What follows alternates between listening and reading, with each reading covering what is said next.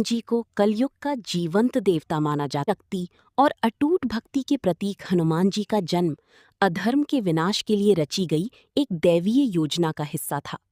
इसकी शुरुआत होती है देवलोक में, जहां पुंजिकस्थला नाम की एक चंचल अप्सरा ने तपस्या में लीन एक वानर रूपी ऋषि का उपहास उड़ा दिया। क्रोधित होकर ऋषि ने उसे श्राप दिया कि जब भी वो किसी से प्रेम करेगी उसका मुख वानरी जैसा हो जाएगा। ऋषि ने दयाभाव से कहा, पुत्री, ये श्राप व्यर्थ नहीं जाएगा। तुम्हें पृथ्वी पर वानर रूप में जन्म लेना होगा। भगवान शिव की 11वें रुद्र अवतार का प्राकट्य होगा। पृथ्वी लोक पर वानर राज कुंजर की पुत्री अंजना के रूप में जन्मी। पर्वत की पराक्रमी राजा कीसरी से हुआ। विवाह के कई वर्ष बीत जाने पर भी जब उन्हें कोई संतान प्राप्त नहीं हुई, तब मतंग ऋषि की आज्ञा से माता अंजना संतान प्राप्ति के लिए ऋष्यमुख पर्वत पर भगवान शिव की घोर तपस्या करने लगी।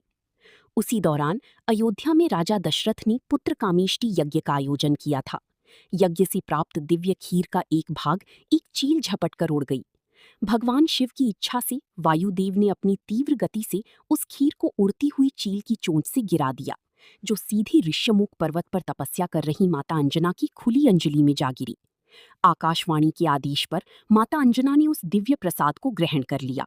मास की कृष्ण पक्ष की चतुर्दशी को वह पावन क्षण आया जब माता अंजना की कोख से एक परम प्रतापी, सुनहरी त्वचा और दिव्य जनेऊ धारण किए बाल आशीर्वाद और अंश से उत्पन्न होने के कारण इनका नाम मारुति रखा गया। यही असीम शक्तियों की स्वामी थी। माता अंजना वन में मारुति को तीव्र उगते हुए लाल चमकदार सूर्य को देखा। बाल मन में सूर्य को एक स्वादिष्ट लाल फल समझकर मारुति ने जमीन पर पैर पटका और एक ही छलांग में अंतरिक्ष की ओर उड़ चले। वे पलक झपकते ही सूर्य देव के समीप पहुंच गए।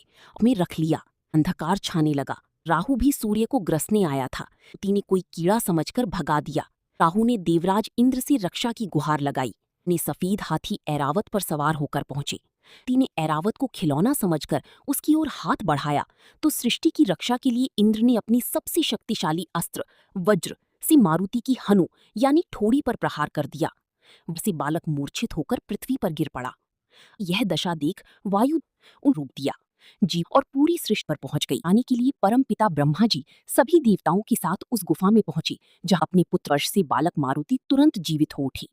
इसके बाद प्रसन्न होकर बालक पर वरदानों की बौछार कर दी।